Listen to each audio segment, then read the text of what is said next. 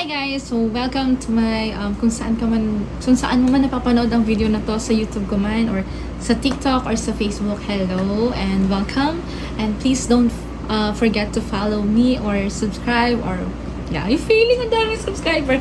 So ayun guys, so kung bago ka dito, bigyan lang kita ng konting details. So my name is Jana and gumagawa ako ng mga gagawa ako ng mga short videos or mini vlogs about my K1 visa journey. And sisimulan ko siya dito sa aking medical. So ayun guys, kasi I know kapag talagang first time mong gawin yung isang bagay, especially yung parang nakakatakot gawin kapag first time di ba? Yung parang may mga asikaso yung requirements, ganito, ganyan, tapos di ka naman familiar. So ako nung una talaga, sobrang kinakabahan ako, and I was syempre nakakatakot kasi baka mamaya mali, may ganito, may problem, ganyan. So ako ang ginawa ko, sobrang helpful ng mga nagvo-vlog and also ng mga videos from YouTube, TikTok, doon ako nanood ng mga mini vlog din also ng mga nag-asikaso ng mga K1 visa nila before, and super helpful talaga guys. So yun nga, katulad ko na bago lang din sa mag-asikaso ng K1 visa and first time yung mag-asikaso ng mga requirements. So, I think nasa tamang tao ka na. Ay, charot! Nasa tamang video ka na pinapanood. Yun guys. So, share ko sa inyo yung experience ko during my medical. And yun nga, taga dito ako sa South, from Calamba. So, commute lang ako and wala akong car. So, commuter ante. So, sakay tayo ng bus. So, sumakay ako ng bus nun dito sa Calamba. From here sa Calamba, yung bus is papuntang Loton. And yung St. Rose yata yung dito yung yung bus na nasakyan ko papuntang basta biyaheng pa Loton. And then sinabi ko lang sa bus driver na bababa ako sa UN. Sabi kasi sa akin doon, malapit na doon yung sa St. Luke's. So sinabi ko lang sa bus driver, parang pamasahe lang like 130 pesos or 100. Basta ganun lang yung pamasahe. Makakarating ka na doon. And pagdating ko nga doon, binaba doon ako may nakakwentuhan akong pasahero. So, nagtanong-tanong ako about saan ba yung St. Luke's, ganyan-ganyan. Tapos, syempre kasi may BGC. Yung sa BGC, hindi ka doon pupunta kasi hospital, parang hospital yata, hospital talaga yon. Yung kasing sa St. Luke's sa Ermita is extension clinic nila yon. So, talagang doon ginagawa yung mga medical kapag pupunta ka ng abroad, yung katulad sa K1 visa, yung mga, siguro yung mga ibang kind ng visa doon siguro nila ginagawa. And yun nga, doon ako nagpunta sa Ermita and tumakay ako ng bus and bumaba ako sa UN, sa may UN. And eto guys, tip, wag na wag yung kakalimutan isama si Magtanong. Kasi ako, since hindi naman ako sanay magbiyahe, sinama ko talaga si Magtanong that day. Huwag kayong mahihiyang magtanong kasi maliligaw ka, mawawala ka pag di kayo nagtanong. Yes, kasi wala namang masama magtanong guys kapag hindi nyo talaga alam kung saan. Ako talaga tinanong ko ng mga guard kasi may nadaanan ako ng subway and tinanong ko doon, kumain muna ako doon ng breakfast kasi yung appointment ko as 8:13, 6, anong oras pa ako noon? Basta umaga yung appointment ko, nakalimutan ko na. Basta umaga yung appointment ko noon and maaga akong dumating doon sa UN. Parang 1 hour pa before my appointment, and sabi nila malapit naman na doon. And hindi ako nagkakamali, parang walking distance, magwawalakad ka na lang, nasa St. Luke's ka na.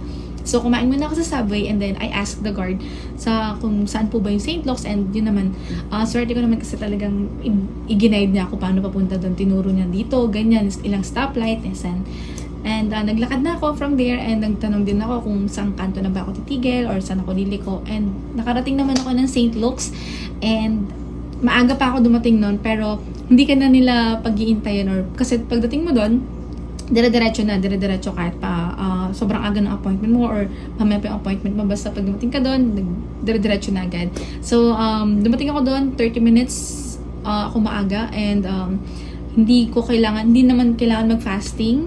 Kung may period ka, that's fine kasi hindi ka naman mag-urinalysis, hindi mo naman kailangan mag-collect ng urine. And also, don't forget your passport and yung email galing sa St. Luke's na parang confirmation na may appointment ka that day. And then, there's a separate entrance. Merong pinaka-entrance dun sa mismong building. And then, pag K1 visa ka, may ibang, malapit katabi lang naman dun sa may ibang guard na kasi parang dun ka mag-aano na may appointment ka for K1 visa for your medical, and then they will put a stamp here, a letter A, hindi ko alam kung anong meaning nun, basta lalagyan ka nila ng A dito. Then after nilang ma-check yung print out mo na email from St. Luke's, titignan nila yung passport mo, and then they will let you go na sa loob.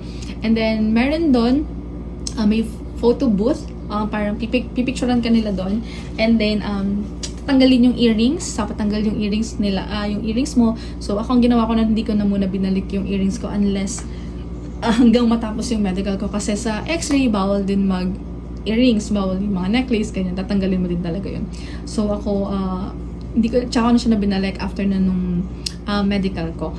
So after nun, nagpa-picture, and then cashier, nagbayad, kung di ka pa nakapagbayad, di ko matandaan kung pwede ka magbayad online eh.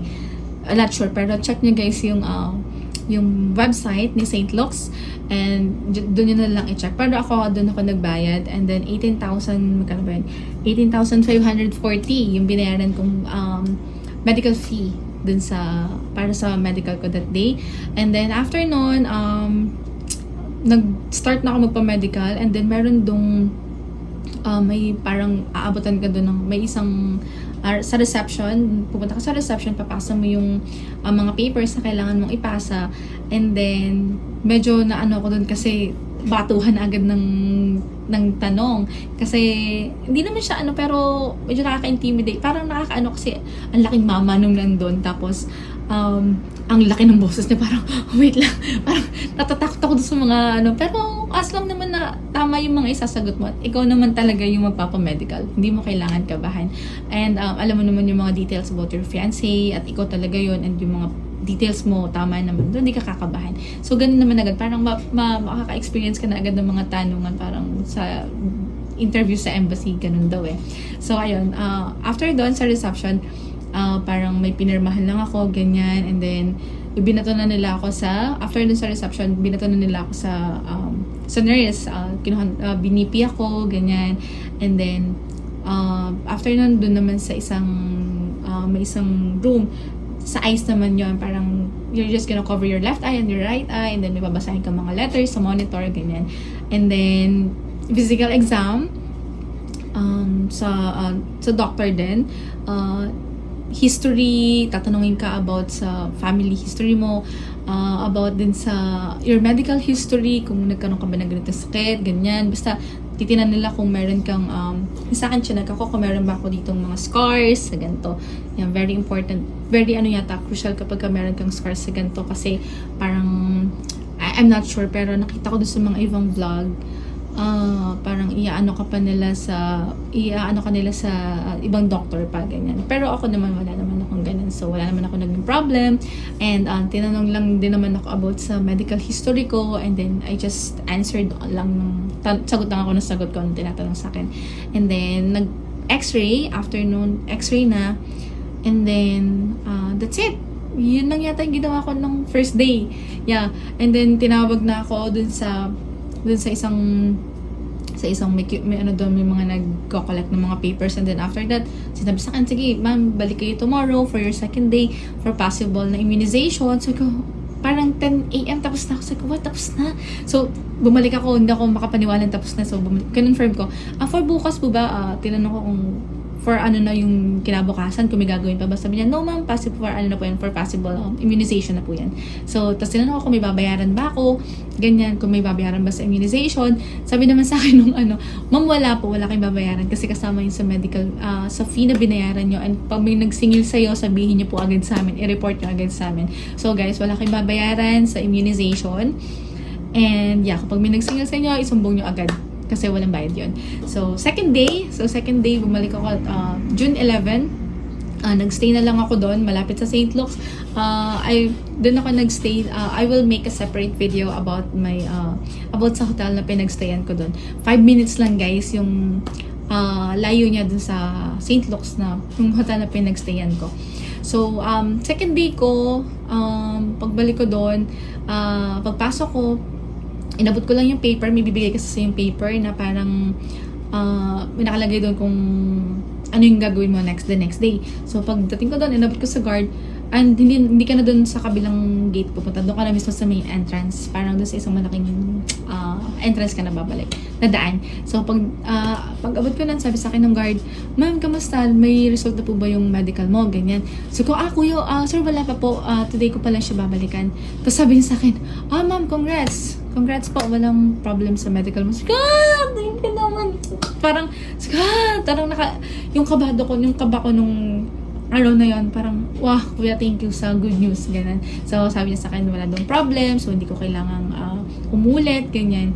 And, yan, after nun, umakit na ako sa taas, pinasok ko lang yung paper ko, and then, tinawag ako for immunization. Yeah, apat na vaccines yan, 2 dito, and then 2 dito. And, yeah, that's it. Tapos na yung medical ko. And, yeah, yun yung mga nangyari during my medical. Actually, ang dami ko napanood din na mga videos, and may nakausap ako doon na nag-sputum siya. Pero, huwag kayong mag-alala guys, kasi kung wala naman kayo naging sakit before, especially like tuberculosis or pero sabi niya sa akin, nagkaroon daw siya ng COVID 2 years ago, or basta nagkaroon siya ng COVID. So, parang nagkaroon ng spot sa lungs niya. Basta may naging problem may nakita sa x-ray niya. So, doon pinag-sputum siya. And parang ilang days na daw siya nagmo-monitor. So, sabi ko sana po maging okay na para tuloy-tuloy. Tapos yun, nakakwento, share ko lang. So, ayun guys, pag di ka naman nagkaroon ng sakit na parang ganyan nga, tuberculosis, or di ka naman wala ka naman magiging reason para magkaroon ng scar sa lungs mo, wala ka naman kailangang i-worry. And yeah, yun lang, kasi wala naman masyadong kailangan sa medical eh. Mag-x-ray, just x-ray, magkukuha ka ng blood, and then ano ba? Yung sa eyes, yeah, yun lang naman. Wala naman masyadong hindi nyo kailangan kabahan.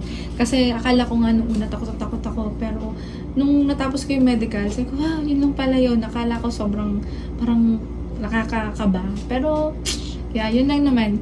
So, ayun guys, basta huwag nyo kakalimutan yung kailangan yung dalhin. Check nyo sa website ni St. Luke's Extension Clinic. Meron silang website. Pakikita nyo kung anong kailangan yung dalhin.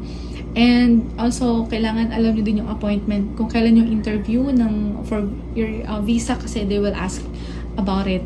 And also, yung mga details about sa fiancé nyo. Ganun lang naman yung mga na-encounter kong questions nung nagpa-medical ako.